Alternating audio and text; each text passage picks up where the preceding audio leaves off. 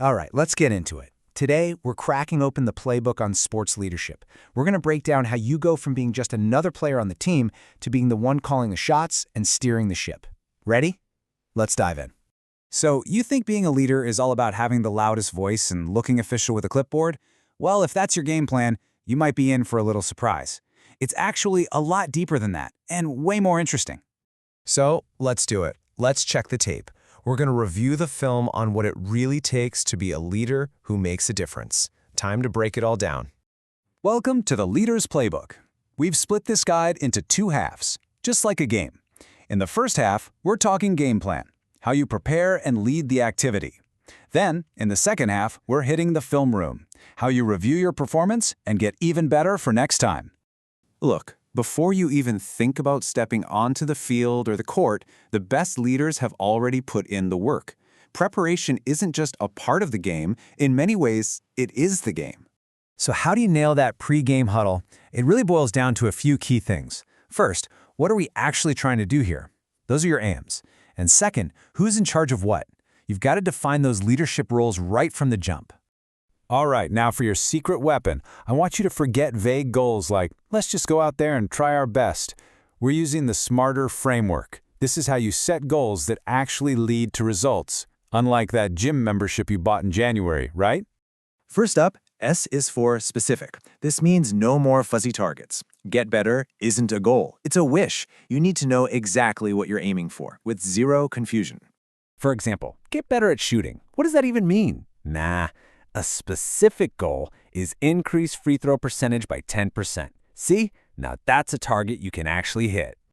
Next, M is for measurable. You've probably heard this before, but it's true. What gets measured gets managed. You need numbers, you need stats, you need something that tells you if you're actually getting closer to your goal. So it's not just, I want to run faster. It's, I'm going to shave half a second off my 40-yard dash time. Now you've got a benchmark. You're either hitting it or you're not. It's that simple.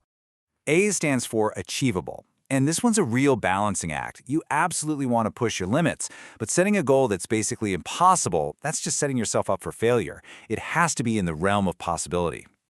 I mean, let's be real. If your goal is to beat Usain Bolt's record by next Tuesday, and you just pulled a hamstring getting off the couch, maybe, just maybe, we start a little smaller, right? Okay, now R is for realistic, and this is where it gets interesting, because it's different from achievable. Realistic asks, do you have the time, the equipment, the coaching, the resources to actually make it happen? It's about your real-world situation. And T is for time-related. A goal without a deadline is not a goal, it's a daydream. Putting a date on it, by the end of the season, in the next 6 weeks, that's what creates urgency and focus. And finally, we have ER, evaluated and recorded. This is what separates the amateurs from the pros. You got to write it down, track your progress, and check in constantly. Great leadership isn't just setting a plan, it's about adjusting it based on what's really happening. Okay, plan? Check. Smarter targets? Check. But now, it's showtime, the pressure's on. How do you actually lead the team when it matters most? The clock's ticking down. All eyes are on you. What's the play call? Because how you make that call, well, that defines your leadership style. Let's look at the options. You basically have three main styles in the playbook: autocratic, democratic, and laissez-faire. But listen up, because here's the secret. There is no single best style. The truly great leaders are chameleons. They know exactly which style to use for the right situation. First, we've got the autocratic leader. You can call this one the dictator. It sounds harsh, right? But this leader makes all the calls. It's fast, it's decisive, and in some situations, it's exactly what you need. Think of a quarterback running a no-huddle offense with 2 minutes left. No time for a group chat. He takes charge and executes. Then there's the democratic leader, the collaborator. This style is all about teamwork. The leader gets input, shares the decision-making, and builds consensus. This is perfect for building team chemistry. Imagine a captain getting ideas from everyone on a new defensive play. When everyone has a voice, everyone buys in. And finally, the laissez-faire or hands-off leader. This is when you trust your team so much, you let them run the show. It works beautifully with a team of skilled, motivated veterans. But here's the warning label. If you try this with an inexperienced or unmotivated group, you're going to have chaos on your hands. The final whistle blows. Game over. You might have won, you might have lost, but the real work isn't done. The most important part of leadership often happens after the game is over. It's time to look in the mirror, and you have to be honest with yourself. Forget the scoreboard for a minute.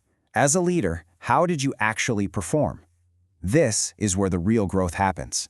Let's circle back to our smarter targets. Let's say your goal was 15 tackles. You checked the stats, and you only got 8. Now that's not a failure, that's data, and now we can analyze it. First, let's talk about what went well. Don't just focus on what went wrong. Maybe your communication was on point. Maybe you kept morale high when things got tough. You have to recognize and build on your strengths. Okay, now for the hard part. Where did things fall short? And more importantly, why? Was that 15 tackle goal just too much from the start? Did you stubbornly stick to a plan that wasn't working? Should you have been more autocratic or maybe more democratic? Asking these tough questions is how you get better. Look, this analysis isn't about beating yourself up. It's about taking what you've learned and building a better playbook for the next game, the next practice, the next season. It's all about leveling up. And the process is actually pretty simple. You look at your strengths and weaknesses. You pick one key thing to work on. You set a brand new, smarter target just for that skill, and then you make a plan for how you're going to practice it. That's the cycle of continuous improvement. So there you have it. We've covered the pregame prep, the game time decisions, and the postgame analysis. The entire playbook is in your hands now. So the only real question left is, what's your first play going to be? Hey, if this explainer helped simplify things for you, do us a solid and hit that like button. And make sure you subscribe to the Subject Simplified channel for more content just like this. Thanks for watching.